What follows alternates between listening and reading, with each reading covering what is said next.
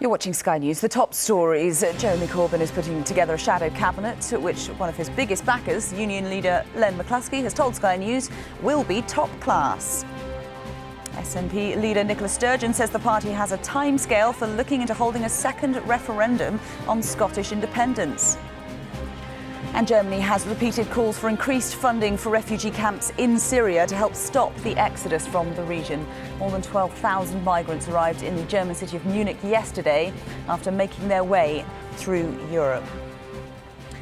Well, let's return now to the future of the Labour Party and who Jeremy Corbyn might bring into his shadow cabinet. Joining me now, the General Secretary of the Fabian Society, Andrew Harrop, who's in our Westminster studio, and also Dave Nellist, Chair of the Trade Unionist and Socialist Coalition, who's live for us in Coventry. Gentlemen, welcome to both of you. Andrew, if I can start with you first. Many frontbenchers we've already seen have ruled themselves out of the shadow cabinet, but who would you like to see alongside Mr Corbyn?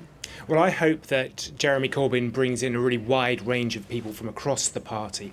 There's rumours that he may appoint Angela Eagle, who is a moderate, soft left figure, not a hard left woman, and as the Shadow Chancellor. And that will be an important symbol. But I hope he reaches out to people on the right as well as the middle of the Labour Party. Dave Nellist, he's certainly offering something new, there's no doubting that. But can old Labour ever be electable? Well, when Gordon Brown and Tony Blair had finished 13 years in government, they'd lost 5 million, mainly working class votes. Labour got wiped out in Scotland in the last 5 years. I think there's lots of former Labour voters who could be enthused and energised by free university education, public ownership of utilities, an end to council cuts, the sort of things that Jeremy's putting forward. If he can keep that momentum going, yes, he can win elections. It certainly is. He's got a big mandate. We all know that. Tom Watson, his new deputy leader, has already said that there's zero chance of a successful coup. But nevertheless, even though he's got this big mandate, there are likely splits in the party coming up. Andrew, what do you think about that? Do you think we're likely to see an identity crisis for the Labour Party now? I think there'll be some people who don't want to serve Jeremy, but that's not the same as saying they'll be disloyal. What this contest has shown is that the Labour Party desperately needs new ideas and new ways of doing things. Jeremy has earned a mandate to try something different, but people who don't want to serve him should get stuck in with coming up with new ideas for Labour as well, rather than sulking on the backbenches or causing disunity, and I'm sure they will. Do you think he runs the risk of spreading himself too thinly, though? We know that he's got this big campaigning background. Now he needs to bolster his credentials as a leader. And as a result, he may have to compromise on a lot of the things that he's campaigned on for 3 decades now.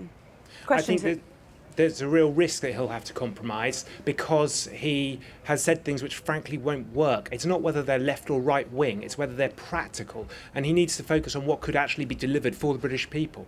Dave Nellist, that question to you as well. Do you think that he'll have to compromise too much and therefore lurch away from the left and having to take more of the middle ground?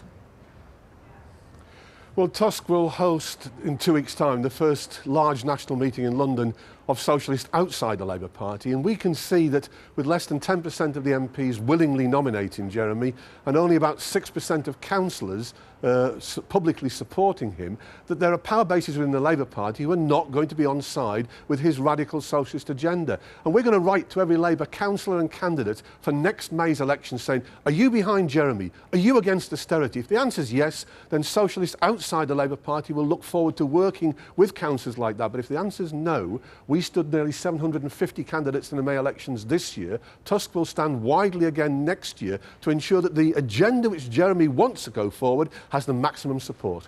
Let's look at the broader picture, though. Andrew Harrop, to you. He's already talked about anti-austerity and that being his main cause.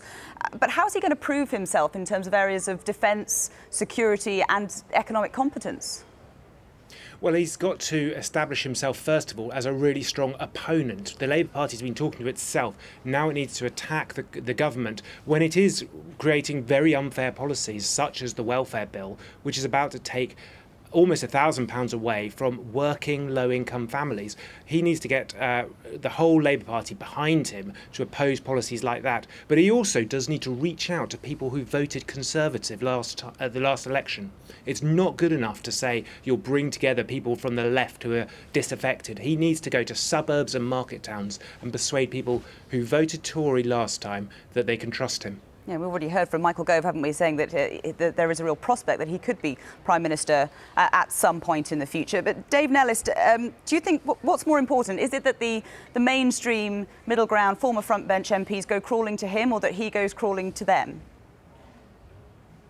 Well, I can understand why Michael Gove and those on the right of the Labour Party are both a little bit miffed by the result this weekend. You know, the old Chinese curse of living in interesting times doesn't just apply to stock markets, it now applies to politics. And what the problem we've had in the last 15 or 20 years has been an overlapping agenda in politics, accepting in the last 7 years in particular that austerity had to be carried out and that working class people had to pay for it. Now we've got a champion in Parliament who's going to speak an entirely different language. And I think you should watch this space. Millions of people who got fed up with politics when they couldn't tell the difference between the main two parties. Now they will be able to tell the difference. I can see many millions of working class people being enthused and being prepared to vote for that. So no, I don't think he has to go, Jeremy, crawling to ex-Tory votes or those in the party who've been complicit in the austerity of the last 7 years. He can reach out to the radical youth, the radical trade unionists, those who've been enthused by him, and he can win elections.